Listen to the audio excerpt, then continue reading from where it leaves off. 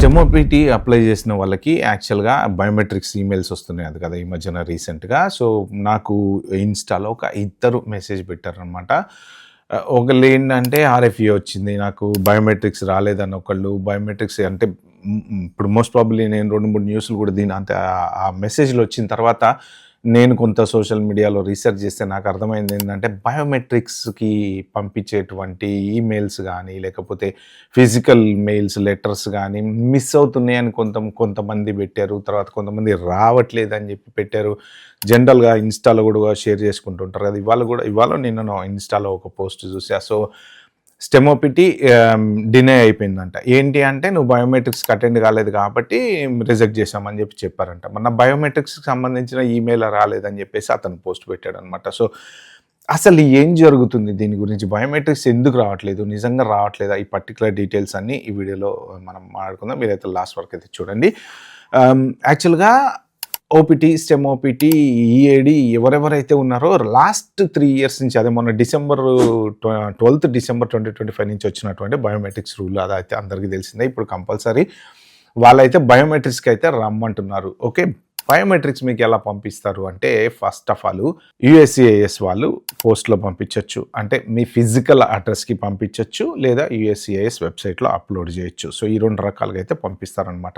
Upload అయిన తర్వాత అంటే అది మన ఎలక్ట్రానిక్ కాపీ అప్లోడ్ అయిన తర్వాత మీ ఈమెయిల్స్కి అయితే వస్తుందన్నమాట. సో, చాలామందికి ఉన్నటువంటి ప్రాబ్లం ఏంటి అంటే స్టూడెంట్స్ ఏంటంటే జనరల్‌గా అడ్రస్లు మారుతూ ఉంటారనమాట. నాకు ఇవాళ ఎవరో పెట్టిన దాంట్లో కూడా నేను రీసెంట్‌గా అడ్రస్ చేంజ్ చేయాలి. బట్ నేను అప్డేట్ చేశాను యూఎస్సిఐఎస్ వాళ్ళకి అనేసి. AR11 ఫామ్ ఏదైతే ఉందో అది మీరు కరెక్ట్‌గా అప్డేట్ చేశారా లేదా? ఎందుకంటే మీరు ఇల్లు మారే టైంకి వాళ్ళు పంపించింది మిస్ అయిందా లేదా? పోస్ట్ మిస్ కావచ్చు, లేకపోతే ఎవరన్నా చూసి దాన్ని పక్కన పడేయొచ్చు. మీరు ఇంట్లో జాబులు చేయడానికని బయటకెళ్తా ఉంటారు. మీరు ఆఫీస్‌కెళ్లారనుకోండి ఇప్పుడు ఇంట్లో ఎవరైనా లెటర్ చూడకపోవచ్చు, లేకపోతే తీసుకోకపోవచ్చు.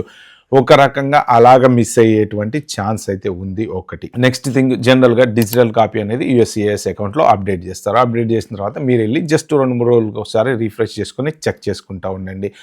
తర్వాత మీకు ఎప్పుడైతే డిజిటల్ కాపీ అప్లోడ్ చేస్తారో ఈమెయిల్ వచ్చిందనుకోండి, ఆ ఈమెయిల్స్ చాలా వరకు స్పామ్‌లో వెళ్తున్నాయి అని చెప్పేసి నేను కొన్ని పోస్టుల్లో చదివాను అనమాట. ఎందుకంటే ఇది ఒక్కటే కాదు. వీసా రివొకేషన్ ఈమెయిల్స్ కూడా చాలామందికి స్పామ్‌లోకి వెళ్ళినాయంట.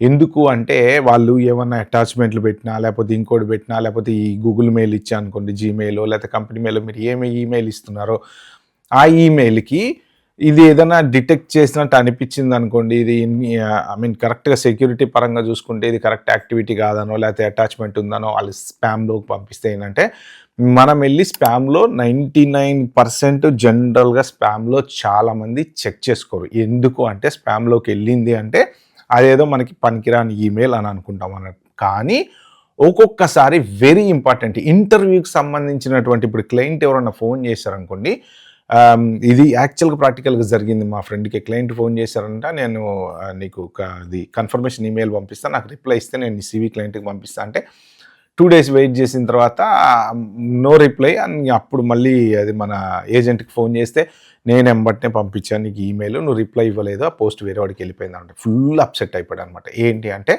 తర్వాత చూస్తే ఆ ఈమెయిల్ స్పామ్‌లో ఉంది. అంటే ఆ స్పామ్‌లో ఉన్న ఈమెయిల్ గనక చూసుకొని ఓకే.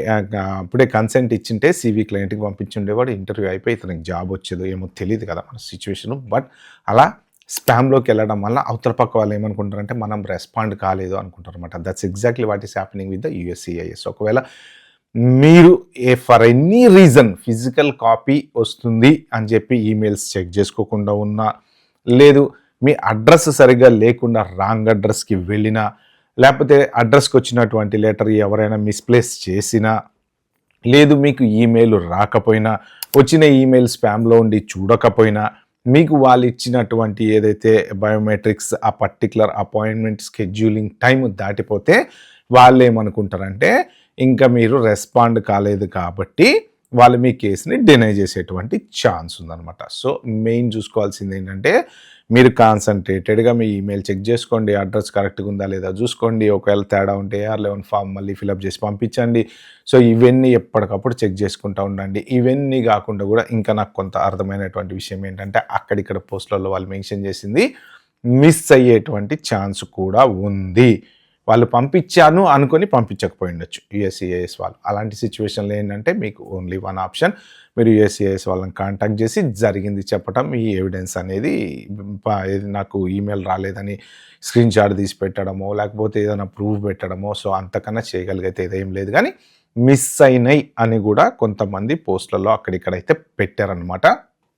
ఎందుకంటే వాటికి నేను స్క్రీన్ షాట్లు అవన్నీ పెట్టలేను, అది ఏ అథెంటిసిటీ తెలియదు, మన ఏది నిజమో ఏది కాదో, ఏది జనరల్ డిస్కషనో ఇవన్నీ ఏం లేదు కదా. కాకపోతే ఏంటంటే వీడియో చేసే ముందు నేను జస్ట్ చదువుతా. ఓకే, ఒక్క నిమిషం నేను ఇక్కడ పాజ్ తీసుకొని నా చిన్న రిక్వెస్ట్ ఏంటంటే నా ఛానల్కి ఏమైనా ఫస్ట్ టైం వచ్చినట్టుంటే సబ్స్క్రైబ్ చేసుకోండి.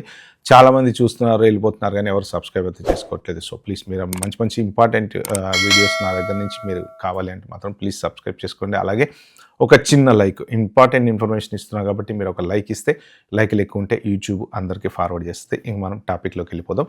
సో ఇప్పుడు మీరు చేయాల్సింది ఏంటయ్యా అంటే మీకున్నటువంటి ఆప్షను మోషన్ టు రీఓపెన్ అని ఒక I-290B ఏదో ఫామ్ ఉంటుంది కదా, ఆ ఫామ్ ఫిల్అప్ చేయండి. లేకపోతే అటార్నీని అడిగి ప్రాసెస్ ఏంటో తెలుసుకోండి. ఆ మోషన్ టు రీఓపెన్ రిక్వెస్ట్ చేసి, అంటే ఇది ఎవరికి ఒకవేళ డినై అయిపోయిన వాళ్ళు ఎవరైనా ఉంటే, రిజెక్ట్ అయిన వాళ్ళు ఎవరైనా ఉంటే కనుక రీఓపెన్ చేసి నాకు ఇట్లా బయోమెట్రిక్స్ రాలేదు అని చెప్పండి. లేదా యూఎస్సిఐఎస్ వాళ్ళని కాంటాక్ట్ చేయండి, వాళ్ళతో మాట్లాడండి. బట్ ఇలాంటి సిచ్యువేషన్స్ అయితే మాత్రం జరుగుతున్నాయి, చాలామందికి ఇలా అవుతుంది. మెయిన్ ఏంటంటే యూఎస్సిఐఎస్ వాళ్ళు ఒక్కొక్కసారి పంపించా అనుకొని పంపించకపోవడం ఒకటి, తర్వాత వాళ్ళు ఫిజికల్ మెయిల్ పంపించారనుకోండి, ఇది మన సాఫ్ట్ కాపీ ఈమెయిల్కి పంపించకపోవటం ఒకటి.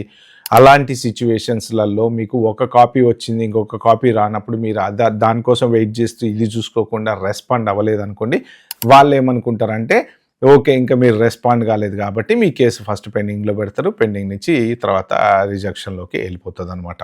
సో మీరు అపాయింట్మెంట్ మీ ఓన్గా బుక్ చేసుకోవచ్చా అంటే లేదు, వాళ్ళు స్కెడ్యూలింగ్ ఇస్తారు. ఏదో పర్టికులర్ టైంలో అపాయింట్మెంట్ ఇచ్చిన తర్వాత ఆ పర్టికులర్ టైంకి మీరు ఫర్ ఎనీ రీజన్ మీరు ఒకవేళ అటెండ్ అవ్వటం కుదరలేదు అంటే మీరు కేవలం రీస్కెడ్యూల్ చేసుకోవచ్చు తప్ప వాళ్ళు ఇచ్చినటువంటి అపాయింట్మెంట్ కాదు నాకు ఈ డేట్లో కావాలి ఈ డేట్లో కావాలని మీరు అడిగేటువంటి ఛాన్స్ అయితే లేదు.